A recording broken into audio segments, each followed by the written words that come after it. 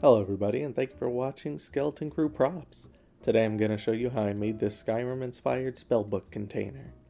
Step 1 was to go to my local craft store and seek out their faux book collection.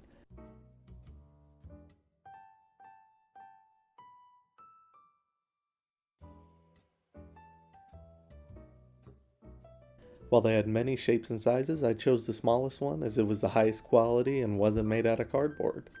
While I was there, I also grabbed the thinnest armature wire they had for when I made the symbol later. The craft store didn't carry any fabric for some reason, so step 2 was to head on over to Joann's to grab some faux leather.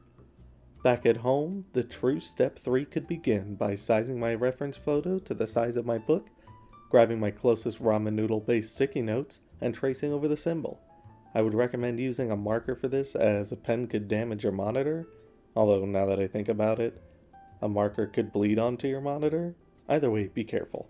Feel free to refine your sketch and think to yourself, boy howdy, I really should have gone with a more simplified version of this room from the earlier games, as it would have made step 4 much easier. Step 4. Cut some small lengths of armature wire to size and start bending it to match the template that step 3 you lovingly created, and then glue the template and wire to the cover of your book.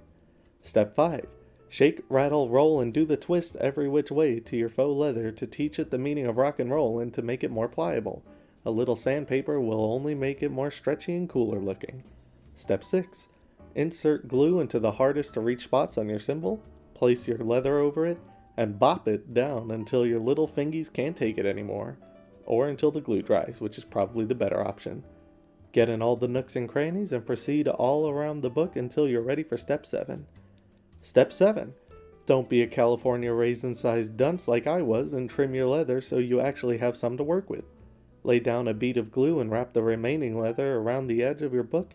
If you did this correctly, feel free to skip 7.5, which is to paint all the remaining visible parts of the book cover black to hide your shame. Step 8.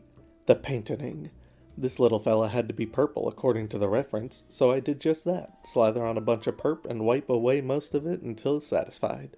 But the reference also told me the symbol should be silver, a detail that I tried to replicate, but really didn't like the look of, so I removed it.